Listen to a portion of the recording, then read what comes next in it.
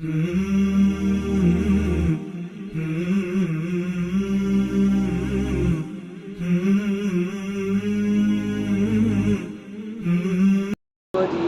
الله الرحمن الرحيم وإذ قال الله يا عيسى ابن مريم أأنت قلت للناس اتخذوني وأمي إلهين من دون الله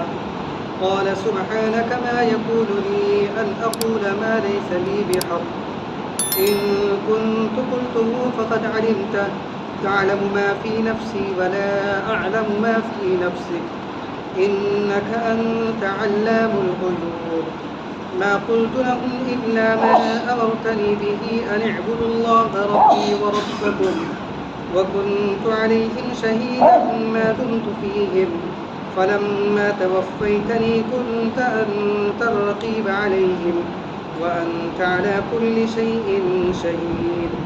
إن تعذبهم فإنهم عبادك وإن تغفر لهم فإنك أنت العزيز الحكيم قال الله هذا يوم ينفع الصادقين صدقهم لهم جنات تجري من تحتها الأنهار خالدين فيها أبدا رضي الله عنهم ورضوا عنه ذلك الفوز العظيم لله ملك السماوات والأرض وما فيهن وهو على كل شيء قدير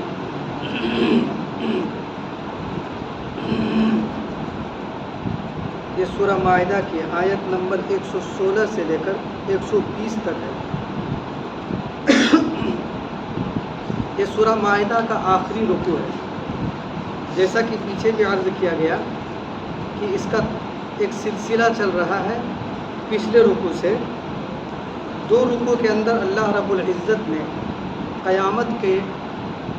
کچھ احوال ذکر کیے ہیں، خاص طور پر سوال و جواب کا تذکرہ ہے۔ سب سے پہلے اللہ رب العزت نے فرمایا یوم یجمع اللہ الرسل فیقول ماذا اجبتم قالوا لا علم لنا انک انت علام الغیوب، کہ سب سے پہلے میدان حشر میں مجموعی طور پر یکبارگی اکٹھے تمام انبیاء علیہ السلام سے ایک سوال ہوگا ماذا اجبتم، آپ لوگوں نے اپنی اپنی امتوں کو دین کی طرف بلایا، اللہ کی طرف بلایا، توحید کی طرف بلایا، ماذا اجبتم، تمہیں انہوں نے کیا جواب دیا، قبول کیا نہیں قبول کیا؟ تو اس وقت تمام کے تمام کہیں گے لا علم لنا الا ما علمتنا لا علم لنا انک انت علام الغیوب۔ ظاہر سی بات ہے کہ ایک نبی کو اپنی تمام لوگوں کے احوال کا علم نہیں ہو پاتا ہے کہ کتنے لوگ مسلمان ہوئے، کون کون ہوئے، کون کون نہیں ہوئے، کیونکہ امتیں تو چلتی رہتی ہیں۔ اس لیے اسی اعتبار سے وہ جواب دیں گے لا علم لنا انک انت علام الغیوب، ہمیں معلوم نہیں ہے۔ آپ غیب کی اور پوشیدہ باتوں کی خوب خبر رکھنے والے ہیں، آپ کو تو معلوم ہی ہے۔ اس کے بعد انفرادی طور پر ہر ایک نبی سے الگ الگ سوال ہوگا، ہر ایک نبی سے امتوں کے حوالے سے سوال ہوگا۔ ظاہر سی بات ہے انبیاء علیہ السلام معصوم ہوتے ہیں، ان سے کوئی غلطی نہیں ہوتی کہ ان سے حساب لیا جائے، لیکن ان کے جو امتی ہے، امتی کے حوالے سے سوال ہوگا، امت کے حوالے سے کہ آپ کی امت نے یہ کیا، اس سلسلے میں آپ کیا کہتے ہیں، امت کے حوالے سے سوالات ہوں گے۔ ہر ایک کا تفصیلی سوال اور جواب قرآن میں مذکور نہیں ہے، لیکن حضرت عیسیٰ علیہ السلام سے جو سوال جواب ہوگا اس کو تفصیل کے ساتھ اللہ رب العزت نے ذکر کیا ہے۔ سب سے پہلے پچھلے رکوع سے شروع ہے، سب سے پہلے اللہ رب العزت حضرت عیسیٰ علیہ السلام پر جو اللہ رب العزت نے انعامات فرمائے اس کا تذکرہ فرمائیں گے کہ آپ کو میں نے یہ انعام دیا، یہ انعام دیا، یہ معجزہ دیا، پیچھے پورا تذکرہ آ چکا ہے۔ اور اس کے بعد حواریین کا تذکرہ آیا بیچ میں، اس کے بعد یہاں سے ایک سوال اور ہے اس کا ذکر فرمایا۔ اور ان تمام سوال جواب کا مقصد معلوم ہے، ان تمام سوال جواب کا مقصد اس زمانے اور نزول قرآن کے بعد سے لے کر قیامت تک آنے والے عیسائیوں کے لیے ایک فکر کا غور کا مقام ہے، کہ وہ ان لوگوں نے جو حضرت عیسیٰ علیہ السلام کو خدا مان لیا، حضرت مریم کو خدا مان لیا، حضرت جبرائیل کو خدا مان لیا، تو اس سلسلے میں وہ غلطی پر ہیں، یہ احساس ان کو ہو جائے، اسی لیے یہاں پر سوال جواب کو ذکر کیا جائے۔ قیامت میں سوال جواب ہوگا جو عیسائی حضرات جنہوں نے حضرت عیسیٰ علیہ السلام کو معبود بنا لیا تھا، ان کو لاجواب کرنے کے لیے، اور یہاں یہ ہم لوگوں کو، اس زمانے کے لوگوں کو سنایا جا رہا ہے تاکہ جو عیسائی لوگ ہیں وہ راہ راست پر آ جائیں کہ جس راستے پر ہم چل رہے ہیں وہ راستہ حضرت عیسیٰ علیہ السلام کا راستہ نہیں ہے۔ تو یہ ہے مقصد، سمجھنا ہے۔ قیامت میں سوال ہوگا، اس کا مقصد کچھ اور ہے۔ یہاں اللہ رب العزت ذکر کر رہے کہ ہم سوال کریں گے، یہاں ذکر کرنے کا مقصد عیسائیوں کو سنانا ہے۔ کیا ہے سوال؟ دیکھیے گا، وہ وقت بھی قابل ذکر ہے جبکہ اللہ تعالیٰ فرمائیں گے، یہاں وہی سوال کا ایک سلسلہ چل رہا ہے۔ سب سے پہلے نعمت یاد دلایا، اس کے بعد یہ ہے سوال کریں گے۔ قیامت میں جب اللہ تعالیٰ فرمائیں گے کہ اے عیسیٰ ابن مریم، کیا تم نے ان لوگوں سے کہا دیا تھا کہ مجھ کو اور میری ماں کو بھی خدا علاوہ خدا کے دو معبود قرار دے لو؟ آپ اور حضرات جانتے ہیں کہ عیسیٰ علیہ السلام کے یہ جو کرسچن ہے، یہ لوگ تین کو مانتے ہیں، ایک رب الہ جو بھی ہے، اور دوسرے حضرت عیسیٰ علیہ السلام، اور تیسرے ان کی والدہ حضرت مریم کو۔ ان تینوں کو وہ معبود مانتے ہیں، قابل عبادت، لائق عبادت سمجھتے ہیں۔ اور کچھ ان میں سے کچھ لوگ ہیں جو حضرت جبرائیل علیہ السلام کو بھی ساتھ میں شریک کر لیتے ہیں، وہ ماں کو نہیں مانتے۔ تو بہرحال تین کو خدا ماننے والے یہ حضرات ہیں عیسائی لوگ۔ تو ایسے ہی لوگوں کو سنانے کے لیے کل قیامت میں سوال ہوگا عیسیٰ علیہ السلام سے کہ آپ کی جو نام لیوا تھے وہ اس راستے پر چل رہے تھے، کیا آپ نے ایسا کہا تھا؟ ظاہر سی بات ہے، جواب ہم تمام لوگوں کو معلوم ہے کہ نبی شرک کے خلاف ہی توحید کی دعوت کے لیے مبعوث ہوتے ہیں، تو وہ شرک کی دعوت کہاں سے دیں گے؟ اب ایک جگہ اللہ رب العزت فرماتے، بڑی اچھی بات ہے کہ ہم اگر کوئی نبی کی شان نہیں ہے کہ وہ اپنی عبادت کی طرف کسی کو بلائے، اگر ایسا کریں گے تو ہم ان کو گرفت کر لیں گے۔ تو بہرحال وہاں پر جواب حضرت عیسیٰ علیہ السلام دیں گے۔ کیا ہے جواب؟ قال سبحانک، عرض کریں گے کہ توبہ توبہ، میں تو آپ کو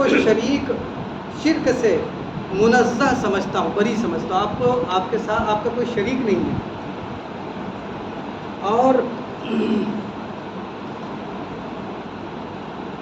اور مجھ کو کسی طرح زیب نہ تھا، یعنی مناسب نہیں تھا کہ میں ایسی بات کہتا جس کے کہنے کا مجھے کوئی حق نہیں ہے۔ یعنی شرک کرنا، یہ حضرت عیسیٰ علیہ السلام کو خدا ماننا یا ان کی والدہ کو خدا ماننا، یہ تو شرک ہے، تو شرک کی بات میں کیسے کہہ سکتا ہوں؟ تو بہرحال حضرت عیسیٰ علیہ السلام یہ جواب دیں گے۔ دراصل یہ سنانا ہوگا اس وقت کے جو عیسائی ہوں گے، جو اس راستے پر چلے ہوں گے، ان کو ان کی حقیقت یاد دلانی ہوگی کہ جس راستے پر وہ چل کر آئے ہیں، حضرت عیسیٰ علیہ السلام کو وہ لوگ جو خدا مان رہے ہیں وہ خود اپنے بندہ ہونے کے اقرار کر رہے ہیں، وہ خود بندہ ہونے کے اقرار کر رہے ہیں جس کو وہ لوگ خدا مان رہے ہیں۔ تو وہ ان کو لاجواب کرنے کے لیے ہوگا، اور اسی طرح کی آیتیں پڑھ کر بہت سارے جو انصاف پسند عیسائی ہوتے ہیں وہ مسلمان بھی ہو جاتے ہیں۔ قال سبحانک ما یکون لی ان اقول ما لیس لی بحق ان کنت قلتہ فقد علمت، میں نے ایسا کہا ہوگا تو آپ کو تو اس کا علم ہوگا، آپ تو اولین و آخرین کا علم رکھتے ہیں، تو ظاہر سی بات ہے کہ اللہ تعالیٰ کا تو علم ہے ہی، وہ دراصل سوال ہوگا۔ جب پھر بتایا میں نے کہ سوال کا مقصد جو غلط راستے پر چلنے والے تھے ان کو لاجواب کرنا تھا کہ ان کے پاس کوئی دلیل نہیں ہے، بغیر دلیل کو یہ کام کر رہے تھے۔ کل قیامت کے روز سب کچھ واضح ہو جائے گا، حق اور باطل، وہاں پر کچھ نہیں ہوگا، وہاں پر صرف حق اور باطل ہوگا، اور اس کے علاوہ کچھ نہیں ہوگا کہ اس میں شک ہے، اس کا شک، کسی چیز میں کوئی شک ہوگا ہی نہیں۔ فَبَصَرُكَ الْيَوْمَ حَدِيدٌ، آج کے دن نگاہ بڑی تیز ہوگی، سارے پردے ہٹا لیے جائیں گے، سارے حقائق واضح ہو جائیں گے، حقیقت ساری کی ساری کھل کر سامنے ہو جائے گی۔ تو اسی لیے حقیقت کو سامنے لانے کے لیے اولین و آخرین کے مجمع میں اس طریقے سے سوالات ہوں گے، لوگوں سے سوالات ہوں گے، جن باتوں میں لوگ جھگڑتے ہیں ان پر سوال ہوں گے۔ عَمَّ يَتَسَاءَلُونَ، کس بات میں یہ لوگ جھگڑتے ہیں؟ عَنِ النَّبَإِ الْعَظِيمِ، بڑی خبر کے بارے میں جھگڑتے ہیں۔ کَلَّا سَيَعْلَمُونَ، عن قریب یہ لوگ جان لیں گے۔ قیامت کے انکار کرنے والے کچھ لوگ تھے، کچھ اقرار کرنے والے تھے، کچھ لوگ کہتے تھے کہ اگر قیامت آئے گی بھی تو ہم وہاں بچ جائیں گے، یہاں میرے اوپر بڑی مہربانیاں ہیں خدا کی۔ تو ان تمام کے جھگڑے کا حل اللہ رب العزت نے فرمایا کہ یہ کس بات میں جھگڑ رہے ہیں، وہ جب چیز آئے گی تو خود بخود فیصلہ ہو جائے گا۔ تو بہرحال حضرت عیسیٰ علیہ السلام سے یہ پوچھا جائے گا۔ حضرت عیسیٰ علیہ السلام جواب دیں گے کہ آپ تو جانتے ہیں ہم نے ایسا کچھ نہیں کہا، اگر ہم نے ایسا کہا، اگر میں نے ایسا کہا ہوگا تو آپ کو اس کا علم ہوگا، آپ تو میرے دل کے اندر کی بات بھی جانتے ہیں، اور میں آپ کے علم میں سے جو کچھ ہے اس کو نہیں جانتا، تمام غیبوں کے آپ جاننے والے صرف آپ ہی ہیں۔ تو خلاصہ یہی ہے کہ عیسائی لوگ جو حضرت عیسیٰ علیہ السلام کو اور ان کی والدہ کو معبود مانتے ہیں، ان کے پاس کوئی دلیل نہیں ہے، وہ اس آیت کے اندر بھی بیان کیا، اور کل قیامت کے روز اللہ رب العزت اولین و آخرین کے مجمع میں خود حضرت عیسیٰ علیہ السلام سے سوال کر کے اس کو واضح فرما دیں گے۔ یہ جو عقیدہ ان میں آیا تھا یہ والا حضرت مریم کو معبود بنانے کا، حضرت شروع میں ان کی جو بائبل کتاب ہے ابھی بھی اس کے اندر تحریف ہو چکی ہے، پھر بھی اس کے اندر کہیں پر بھی حضرت مریم کے تقدس کی بات نہیں ہے۔ حضرت عیسیٰ علیہ السلام کے بارے میں ہے، یعنی حضرت مریم اتنی مقدس ہے کہ ان کے ذات سے برکت حاصل کی جائے، اس طرح کا کوئی تذکرہ بائبل کے اندر نہیں تھا۔ کتابوں کے اندر جو اس ٹاپک پر کتابیں لکھی گئی اس کے اندر واضح طور پر یہ بات لکھی گئی ہے کہ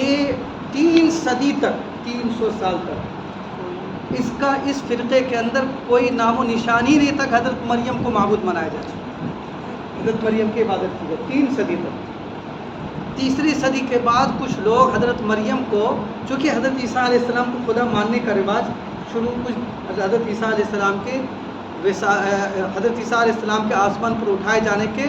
کچھ ہی عرصے کے بعد شروع ہو گیا تھا کچھ لوگوں میں، جو ان کے شاگرد حضرات وہ لوگ چلے گئے تو،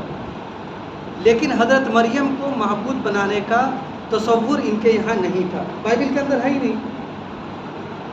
3 صدی گزرنے کے بعد سب سے پہلے حضرت مریم کے لیے مادر خدا، یعنی خدا کی ماں کا لفظ ہوا، کیونکہ حضرت عیسیٰ علیہ السلام کو خدا مانتے تھے، خدا کی ماں کے لیے کا لفظ شبد استعمال ہونے لگا، خدا کی ماں کا شبد استعمال ہونے لگا، پھر دھیرے دھیرے اس لفظ سے حضرت مریم کا تقدس لوگوں کے دلوں میں اور بڑھنے لگا، یہاں تک کہ کچھ لوگوں نے حضرت مریم کو معبود اور خدا ماننا شروع کر دیا۔ اس زمانے کا جو کلیسا ہوا کرتا تھا، جہاں پر کہ ان کے حضرت عیسیٰ علیہ السلام کی تعلیمات دی جاتی تھی، وہاں پر ان کے ماننے والے اور ان کے نام لیوا رہا کرتے تھے، دین کے جانکار رہا کرتے تھے، جس طرح اس زمانے کے مدارس و مکاتب سمجھ لیجئے۔ تو ان لوگوں کے خلاف جنہوں نے کہ حضرت مریم کو معبود مانا تھا یا ان کے حق میں تقدس کا عقیدہ رکھتے تھے، تو ایسے لوگوں کے خلاف کنیسا سے یا کلیساؤں سے، ان کے عبادت خانوں سے، ان کے گرجا گھروں سے فتوے بھی شائع ہوا کرتے تھے، بڑے خلفشار ہوئے، 2 گروہ ہو گئے کہ بھائی ان کو ایک گروہ کا سخت موقف تھا کہ حضرت مریم معبود نہیں ہوئے، اور ایک گروہ جو ہے ان کو معبود بنانے پر تلا ہوا تھا۔ بالآخر جب بہت زیادہ ان لوگوں کے اندر خلفشار ہوئی، یہ تیسری چوتھی صدی کی بات ہے، یعنی اللہ کے رسول کی بعثت سے پہلے کی بات ہے۔ تو جب بہت زیادہ جھگڑا ہو گیا تو اس کے بعد ان لوگوں میں آپس میں سمجھوتا ہوا، سمجھوتا میں یہ بات طے پائی کہ چلیے مادر خدا کا لفظ ان کے لیے استعمال ہوگا، خدا کی ماں کا لفظ استعمال ہوگا، ان کی عبادت نہیں کی جائے گی۔ لیکن جب یہ بالاتفاق یہ طے ہو گیا کہ خدا کی ماں کا شبد ان کے لیے استعمال ہوگا، تو اب تک جو چرچ تھا ان کا، جو کہ اس چیز سے بچا ہوا تھا، وہاں پر بھی یہ لفظ استعمال ہونے لگا۔ اب جب چرچ سے ہی تقدس والا لفظ استعمال ہونے لگا تو دھیرے دھیرے حضرت مریم کی جو عقیدت ہے وہ بڑھتی گئی، یہاں تک کہ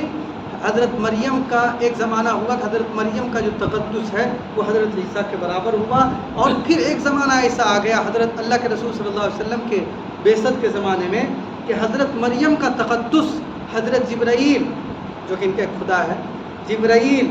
اور حضرت عیسیٰ ان سے بھی بڑا ہوا تھا۔ اللہ کے رسول کے زمانے میں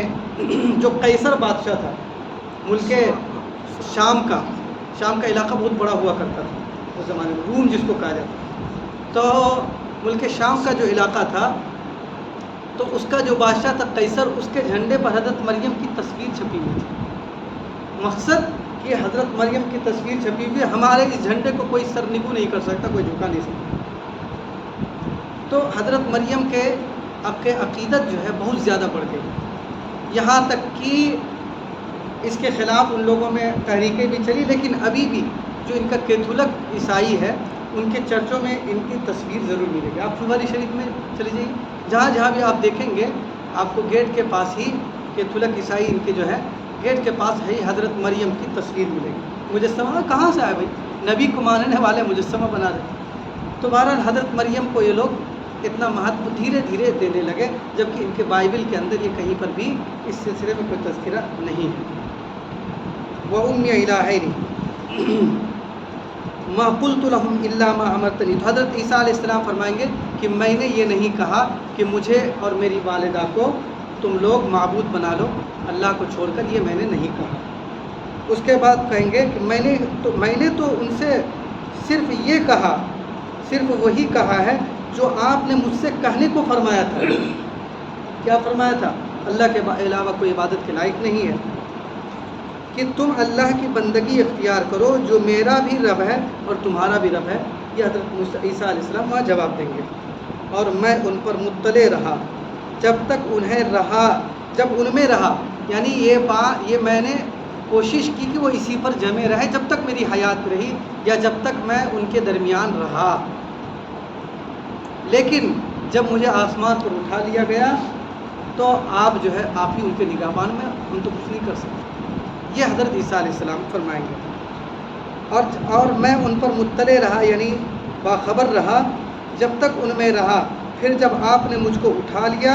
تو آپ ان پر مطلع رہے، نگہبان رہے، آپ ہی کو معلوم ہوگا کیا کرنا، کیا کیا ہے ان لوگوں نے، اور آپ ہر چیز کی پوری خبر رکھتے ہیں۔ اور اگر آپ ان کو سزا دیں، ان تعذبہم فإنہم عبادک، اگر آپ ان کو سزا دیں تو یہ آپ کے بندے ہیں، یہ آپ کے بندے ہیں۔ اگر آپ سزا دیتے، انہوں نے جرم کیا ہے تو یہ سزا کے مستحق ہیں، یہ بندے آپ کے۔ آپ کا سزا دینا ان کے حق میں ظلم نہیں ہے، زیادتی اور سختی نہیں ہے، بلکہ عین عدل انصاف ہے۔ اگر آپ ان کو سزا دیتے ہیں، انہوں نے جرم کیا ہے تو آپ کا سزا دینا یہ عین حکمت اور عین عدل و انصاف ہے، یہ ظلم نہیں ہے۔ ان تعذبہم فإنہم عبادک، اگر آپ انہیں سزا دیتے تو یہ آپ کے بندے ہیں، آپ کو پورا اختیار ہے، انہوں نے جرم کیا۔ وَإِن تَغْفِرْ لَهُمْ فَإِنَّكَ أَنْتَ الْعَزِيزُ الْحَكِيمُ، اور اگر آپ ان کو معاف فرما دیں تو فَإِنَّكَ أَنْتَ، تو آپ زبردست ہیں۔ اگر آپ معاف فرما دیں تو آپ زبردست ہیں، یعنی غالب ہیں۔ آپ کا معاف کرنا عاجز ہونے کی وجہ سے نہیں ہے۔ معافی تو بہت طرح سے ہوتی ہے نا، ایک کمزور آدمی ہے، اس کو ایک طاقتور، اس سے 5 گنا طاقتور آدمی مارتا ہے، اور وہ کمزور آدمی کہتے ہیں جو معاف کر دیا۔ یہاں پر معافی عاجزی کی بنیاد پر، وہ بدلہ لے ہی نہیں سکتا تو معاف نہیں کرے گا۔ ہاں اگر یہ کمزور کوئی بڑے پر ہاتھ اٹھا دے، طاقتور پر، اور وہ طاقتور کہہ دے کہ میں نے معاف کر دیا، یہ بہت بڑی گردے کی بات۔ تو یہی کہا جا رہا ہے کہ یہ اگر آپ عذاب دیں گے تو یہ عین عدل و انصاف ہوگا، یہ اس مستحق ہیں، یہ آپ کے بندے ہیں۔ وَإِن تَغْفِرْ لَهُمْ، اور اگر انہیں معاف کر دیتے ہیں تو یہ معافی آپ کے عاجزی کی بنیاد پر نہیں ہوگی، کیونکہ آپ زبردست ہیں، غالب ہیں، الحکیم، حکمت والے ہیں۔ اس لیے آپ اگر معاف نہیں بھی کرتے ہیں تو یہ بھی اس میں بھی حکمت ہوگی، کیونکہ انہوں نے شرک کیا ہے نا، اس لیے یہ نہیں کہا غفور الرحیم، کیونکہ مشرک کے لیے دعا نہیں ہو سکتی ہے مغفرت کی۔ آپ کی مرضی ہے، آپ جو چاہیں کریں۔ اگر آپ سزا دیتے ہیں تو یہ اس مستحق ہے اس کے، اور یہ آپ کے عین عدل کا تقاضا ہے، اور اگر آپ انہیں معاف کر دیتے ہیں تو ایسی صورت میں آپ تو اس پر قدرت رکھتے ہیں، معاف کر دیتے ہیں، آپ کی مرضی ہے، حکیم ہیں، حکمت ہوگی تو معافی ہوگی، حکمت نہیں ہوگی تو آپ ان کو سزا دیں گے۔ ان تعذبہم فإنہم عبادک، اگر آپ ان کو سزا دیں تو یہ آپ کے بندے ہیں، اور اگر آپ ان کو معاف کر دیں تو آپ زبردست ہیں، حکمت والے ہیں، سزا دے سکتے ہیں۔ حدیث میں آتا ہے کہ اللہ کے رسول صلی اللہ علیہ وسلم نے ایک رات یہی آیت پڑھتے ہوئے پوری رات گزاری، ان تعذبہم فإنہم عبادک، کہ اگر یہ بندے، یہاں پر مراد ہم اور آپ ہیں، یعنی امت محمدیہ ہے، جب ہم تلاوت کر رہے ہیں، اللہ کے رسول تلاوت کر رہے ہیں، ان تعذبہم فإنہم عبادک، یہ ہمارے لیے ہے۔ اگر آپ ان کو عذاب دیتے تو یہ آپ کے بندے ہیں، اور اگر معاف کرتے ہیں تو آپ اس پر قدرت رکھتے ہیں اور حکمت کے مطابق ہے۔ یہی آیت پڑھتے رہے، پوری رات روتے رہے۔ کسی صحابی نے پوچھا، یا رسول اللہ، آپ تو پوری رات نماز میں یہی دہراتے رہے؟ اللہ کے رسول صلی اللہ علیہ وسلم نے فرمایا کہ دراصل یہ اپنی امت کے لیے رو رہے تھے، اپنی امت کے لیے، اور اللہ رب العزت نے آپ کے رونے کو پسند فرمایا، اور گویا کہ پھر اس کے بعد اللہ کے رسول نے فرمایا کہ پھر مجھے اس کی وجہ سے آپ لوگوں کے لیے، یعنی امت کے حق میں سفارش کا حق عطا ہوا ہے، کہ کل قیامت کے روز تم لوگوں کے لیے سفارش کروں گا، یہ مجھے اختیار دیا گیا ہے۔ قال اللہ ھذا، اللہ تعالیٰ ارشاد فرمائیں گے، یہ وہ دن ہے، قیامت ہی کا تذکرہ ہے، یہ وہ دن ہے کہ جو لوگ سچے تھے ان کا سچا ہونا ان کا کام آئے گا۔ سچے تھے عقیدے میں، انہوں نے اللہ رب العزت کو اپنا معبود قرار دیا، اپنا سب کچھ قرار دیا، تو اپنے عمل سے بھی اس کو سچا کر کے دکھایا، اپنے رسول کو، حضرت محمد صلی اللہ علیہ وسلم کو اپنا رسول مانا، تو ان کے طریقے پر چل کر عمل کے اعتبار سے سچا ہو کر دکھایا۔ تو یوم ینفع الصادقین صدقہم، تو سچے لوگوں کو ان کا سچا ہونا فائدہ پہنچائے گا۔ یا سچائی سے مراد صرف یہ سچ اور جھوٹ والا نہیں ہے، بلکہ زندگی میں جن کے اعمال اللہ اور اس کے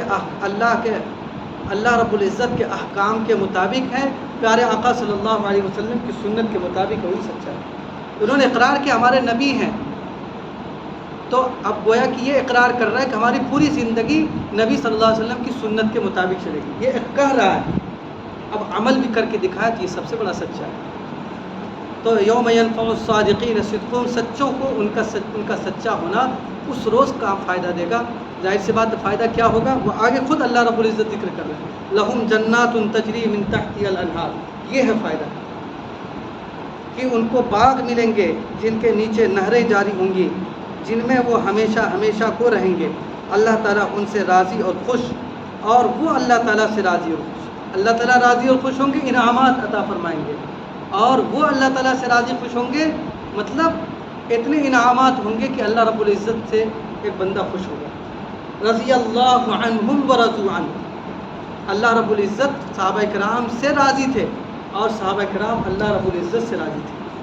تو یہ بہت اہم چیز ہے کہ ایک بندہ اللہ رب العزت کے فیصلے پر راضی ہو جائے اس دنیا میں، وہاں پر جنتی لوگ تو راضی ہوں گے، اس دنیا میں۔ تو اسی وجہ سے کہا جائے، اور فیصلے پر راضی ہونے کا لازمی نتیجہ یہ ہے کہ آدمی اللہ رب العزت سے اچھا گمان رکھے گا، تھوڑی موڑی پریشانی آتی تو اس کو اللہ رب العزت سے درخواست کریں گے، اور اگر کسی اپنی کمی کوتاہی کی وجہ سے اس کو دور کرنے کی کوشش کریں گے۔ تو اللہ رب العزت راضی ہوں گے ان سے، اور وہ اللہ رب العزت سے راضی ہوں گے۔ وہ حدیث کے اندر آتا ہے کہ تمام جنتیوں کو جنت میں سب کچھ ملنے کے بعد اللہ رب العزت فرمائیں گے کہ کیا میرے بندو تم لوگ راضی ہو؟ تمام بندے کہیں گے کہ ہاں ہم کیوں نہ راضی ہوں، آپ کی طرف سے اتنے سارے انعامات کی بارش ہوئی ہے۔ پھر اللہ رب العزت فرمائیں گے کہ ایک انعام اور ہے کہ وہ انعام ملنے کے بعد میری طرف سے کبھی بھی میری ناراضگی تم کو لاحق نہیں ہوگی، اور وہ نعمت اور وہ انعام اور وہ رضا وہ اللہ رب العزت کا دیدار ہوگا۔ اللہ رب العزت ہم لوگوں کو یہ نصیب فرمائے۔ یہ بڑی بھاری کامیابی ہے، ظاہر سی بات، اس سے بڑھ کر کامیابی اور کیا ہو سکتی ہے؟ جنت مل جائے آدمی کو۔ للہ ملک السماوات والارض، اللہ تعالیٰ ہی کی سلطنت ہے آسمانوں کی اور زمین کی، اور ان چیزوں کی جو ان میں موجود ہے ان میں بھی انہی کا حکم چلتا ہے۔ اب سیاروں کے بارے میں غور کیجیے، جیسا کہ سائنس بتا رہے ہیں، سائنس کے اگر تشریح اگر اللہ رب العزت کو کی وحدانیت کو تلاش کرتے ہوئے اللہ کی قدرت کو سامنے رکھ کر اگر آپ اس کو پڑھیں گے تو آپ کے ایمان میں اضافہ ہوگا۔ کتنے بڑے بڑے سیارے ہیں، اس کے اندر کیا کیا راز چھپے ہوئے ہیں، اس کے اندر کتنے جو ہے حالات پیش آتے ہیں۔ اللہ تعالیٰ فرماتے کہ ان تمام پر احکام میرے ہی چلتے ہیں، ومن فیہن، اور وہ ہر شے پر پوری قدرت رکھتے ہیں۔ یہ سورہ مائدہ مکمل ہو گئی۔ یہاں پر ایک بات عیسائیوں سے متعلق اور ہے، وہ یہ ہے، بہت اہم چیز ہے، کہ حضرت عیسیٰ علیہ السلام کی جو بعثت ہوئی تھی، ان کو کوئی نئی شریعت دے کر نہیں بھیجا تھا اللہ رب العزت، ان کو کوئی نئی شریعت دے کر نہیں بھیجا تھا، نہ ان سے یہ کہا گیا تھا کہ آپ کے پیروکار، آپ کے ماننے والے، آپ کے فلوورز کے کچھ الگ نام ہوں گے، یہ سب کچھ نہیں کہا گیا تھا۔ حضرت عیسیٰ علیہ السلام کے بھیجنے کا خالص مقصد موسیٰ علیہ السلام کے دین پر چلنے والے یہودی جو تھے ان کی اصلاح تھی، کیونکہ ان کے اندر بہت ساری کمیاں کوتاہیاں آ گئی تھیں، تو دراصل انہی کمی کوتاہی کی اصلاح کے لیے اللہ رب العزت نے حضرت عیسیٰ علیہ السلام کو بھیجا تھا۔ یہی وجہ ہے کہ حضرت عیسیٰ علیہ السلام نے کبھی بھی اپنے آپ کو بنی اسرائیل سے الگ نہیں پیش کیا، نہ اپنے ماننے والوں کا الگ نام رکھا، نہ ان کے ماننے والوں نے ان کے زمانے میں کبھی یہ دعویٰ کیا کہ ہم لوگ الگ ہیں، نہ ان کی عبادت گاہیں الگ تھیں، عبادت گاہ بھی الگ نہیں تھی ان کی، وہی ہیکل سلیمانی، وہی فلسطین ہے، وہی بیت المقدس ہے، ایک ہی عبادت خانے میں حضرت عیسیٰ علیہ السلام کے زمانے کے تقریباً آسمان پر اٹھائے جانے کے تقریباً 50 سال تک یہی سلسلہ رہا کہ حضرت عیسیٰ علیہ السلام کو ماننے والے حضرات اسی ایک ہی عبادت خانے میں، چاہے وہ یہودی ہو، اس زمانے میں کچھ لفظ نہیں تھا، چاہے وہ پہلے سے چلے آ رہے یہودی ہو، اور چاہے حضرت عیسیٰ علیہ السلام کو ماننے والے ہو، تمام کے تمام لوگ ایک ہی عبادت خانے میں عبادت کیا کرتے تھے۔ اس سے بڑھ کر یکسانیت اور کیا ہو سکتی ہے؟ یعنی حضرت عیسیٰ علیہ السلام نے کوئی نیا دین نہیں پیش کیا، کوئی نئی شریعت پیش نہیں کی تھی، ان لوگوں نے جو حضرت موسیٰ علیہ السلام کی شریعت میں تبدیلی کر لی تھی، بہت ساری کمیاں کوتاہیاں ہو گئی تھی، اسی کی اصلاح کی خاطر اللہ رب العزت نے حضرت عیسیٰ علیہ السلام کو بھیجا تھا۔ خود ان کے ماننے والے نے بھی اپنے لیے کوئی نام نہیں پیش کیا تھا، بس اپنے آپ کو کبھی کبھی شاگرد کہہ دیا کرتے تھے، حضرت عیسیٰ علیہ السلام کے شاگرد ہیں ان کے جو ماننے والے تھے، یا مومن کہہ دیا کرتے تھے، مومن بھی کہا کرتے تھے، یا اسی طریقے سے ماننے والے حضرت عیسیٰ علیہ السلام کو ماننے والے اس طرح کے الفاظ کہہ دیا کرتے، کوئی خاص نام ان کا نہیں تھا۔ پھر نام بننے کا دونوں طرف سے ایک کام شروع ہوا، دونوں طرف سے مطلب سمجھ رہے ہیں، جو ان کے ماننے والے تھے اور جو ان کے اگینسٹ یعنی یہودی تھے، اسی کے ساتھ ساتھ جو پہلے سے یہودی لوگ تھے ان کی جو چرچ تھا، جہاں سے فتوے جاری ہوتے تھے، جہاں پر سے ان کے دین کی کتابیں پڑھائی جاتی تھی، دین کے احکام بتائے جاتے تھے، وہاں سے کئی فتوے ایسے صادر ہوتے رہتے تھے جو حضرت عیسیٰ علیہ السلام اور ان کے ماننے والے کو گمراہ بلکہ کافر تک کہا جاتا تھا۔ ان کے ماننے والے کو وہ لوگ ناصری کہتے تھے، اور ایک کبھی کبھی گلیلی کہتے تھے، یہ سب طنز کے الفاظ ہوا کرتے تھے۔ ناصری اس وجہ سے کہتے تھے اور گلیلی اس وجہ سے کہ فلسطین کے اندر ایک ضلع ہوا کرتا تھا، پتہ نہیں ہے کہ نہیں ہے، وہ گلیل کے نام سے، اسی میں ایک جگہ ہے جہاں پر کہ حضرت عیسیٰ علیہ السلام کی پیدائش ہوئی تھی، وہ جگہ ہے ناصرہ۔